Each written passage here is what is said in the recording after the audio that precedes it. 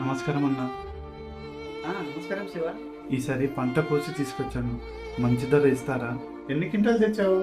20 quintal అయ్యాయన్న. ఈసారి విత్తన ఖర్చులు చాలా ఎక్కువ అయ్యాయన్న. కాస్త ధర చూసి ఇవ్వండి అన్న. అర్థమైంది, కానీ మార్కెట్ రేట్ కాస్త చాలా తక్కువగా ఉంది.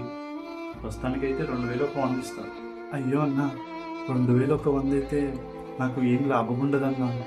కనీసం 2300 ఇస్తే నాకేమైనా ఉపశమనం ఉంటుందని. సరే, నువ్వు ఎప్పటి నుంచి మా దగ్గర అమ్ముతున్నావు కాబట్టి 2200 ఇస్తా.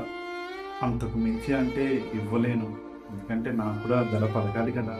సరే అన్న, మీరు ఎప్పుడు న్యాయం చేస్తారని తెలుసు. ఈసారి కూడా బిల్లులు సమయానికి ఇచ్చి నన్ను ఆదుకోండి అన్న.